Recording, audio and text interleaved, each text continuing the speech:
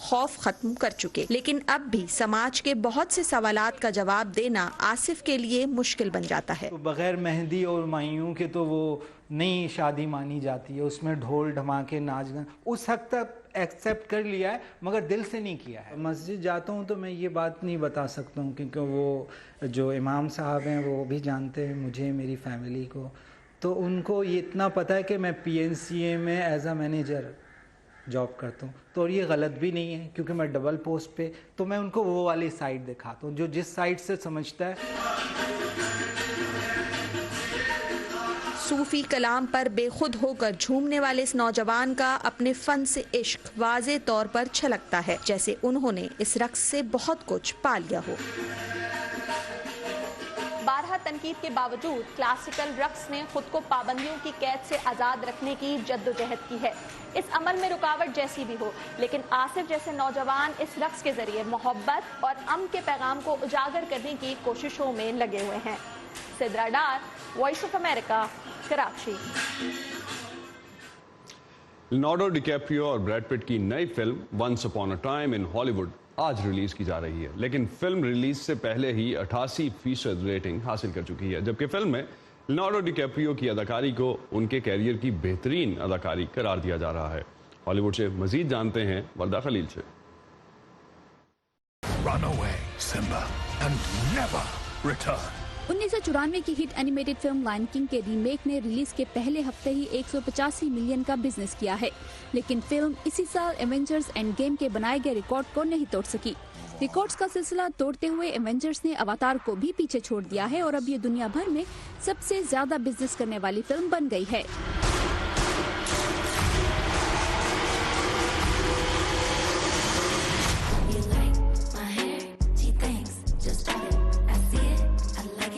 MTV نے music video awards کی نامزدگیوں کا اعلان کر دیا ہے۔ نامزدگیوں میں خواتین سنگرز کا راج رہا۔ ریانا گرانڈے اور ٹیلر سوئفٹ 10 نامزدگیوں کے ساتھ سب سے آگے ہیں۔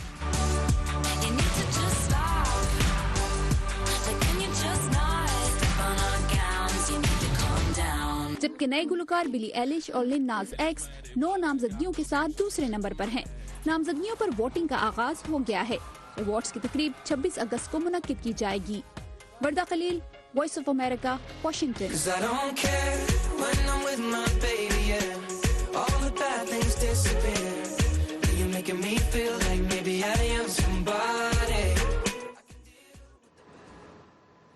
یہ تھا آج کا ویو 360۔ فیڈ بیک کے لیے آئیے facebook.com/VOA اردو کے پیج پر۔ تازہ ترین خبروں کے لیے آپ آ سکتے ہیں ہماری ویب سائٹ urduvoa.com پر۔ اسد اللہ خالد کو اجازت دیجیے، خدا حافظ۔